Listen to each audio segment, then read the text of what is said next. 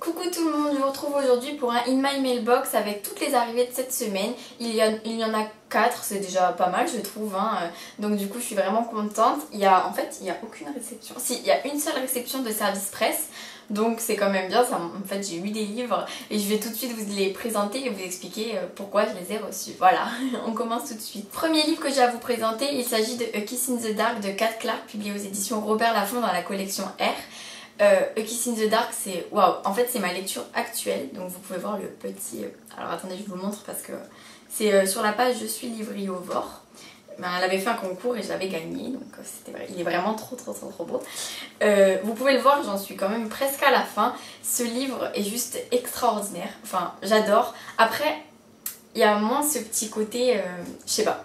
Je vais voir à la fin, mais j'arrive pas à dire si c'est un coup de cœur ou une vraiment excellente lecture. Mais bon, c'est Kat Clark quoi, retrouver son style, c'est vraiment trop bien.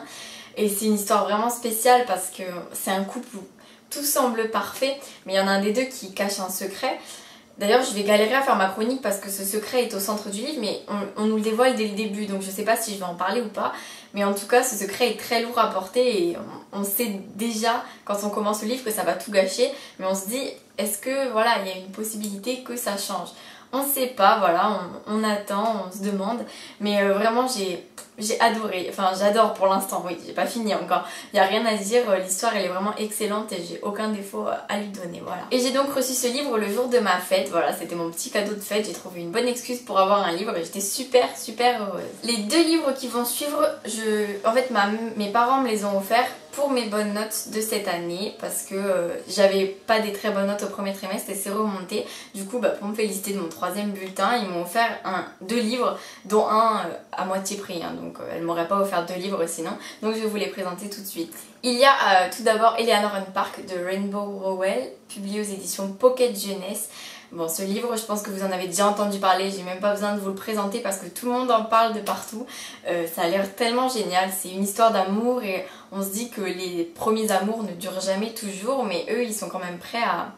Eleanor and Park, ils sont quand même prêts à tout faire pour, et puis... je sais pas, ça a l'air d'être tellement génial, j'en entends tellement que de bons échos, donc du coup ça me donne trop envie de le commencer. Je pense que je vais lire 1 ou 2 SP après A Kiss in the Dark et après je me lance dans Eleanor and Park parce que voilà, il rejoint ma pile à lire d'été, c'est évident quoi. Il n'y a même pas de doute là-dessus. Ma deuxième réception pour mes bonnes notes, il s'agit de Rebelle de Anna Godbersen, publié aux éditions France Loisirs du coup, donc c'est les éditions France Loisirs qui ont repris. Ce livre, c'est parce que Cassandra de la chaîne Croque les mots, je sais pas si vous avez déjà vu ces vidéos, mais si vous les avez déjà vues, c'est fort possible que vous ayez déjà vu ce livre justement parce qu'elle ne fait que en parler. Bon, elle a raison, la couverture elle est juste splendide.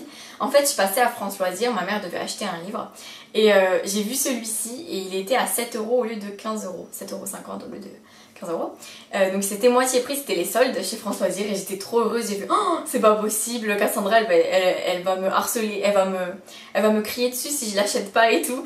Et en plus il est vraiment trop beau en grand format. Et c'est une histoire qui se passe en fait en 1899 à Manhattan. Et c'est des filles, j'ai compris qu'il y avait des sortes de mensonges, de secrets, enfin bref ça a l'air... En fait ça a l'air intéressant mais je sais pas trop de quoi ça parle, mais la couverture est vraiment sublime, je veux dire là, ils ont fait vraiment fort, elle est vraiment splendide, tout le livre d'ailleurs. J'adore. Moi, je suis tombée amoureuse de ce livre dès que je l'ai vu, j'ai dit oh c'est bon, je l'achète. Et voilà, finalement ma mère me l'a offert, donc j'étais trop heureuse. Dernière réception, il s'agit de King's Game de Nobuaki Kanazawa. Je vous mets ici parce que je vais pas réussir à vous le dire bien. Publié aux éditions Lumen. Je remercie d'ailleurs les éditions Lumen pour ce premier livre en partenariat. J'avais tellement envie de le découvrir, il a vraiment l'air super. Ce sera une de mes prochaines lectures d'ailleurs parce que ouais, j'ai pas envie de faire tarder leur service presse. Il est splendide, je le trouve vraiment super beau en tout cas.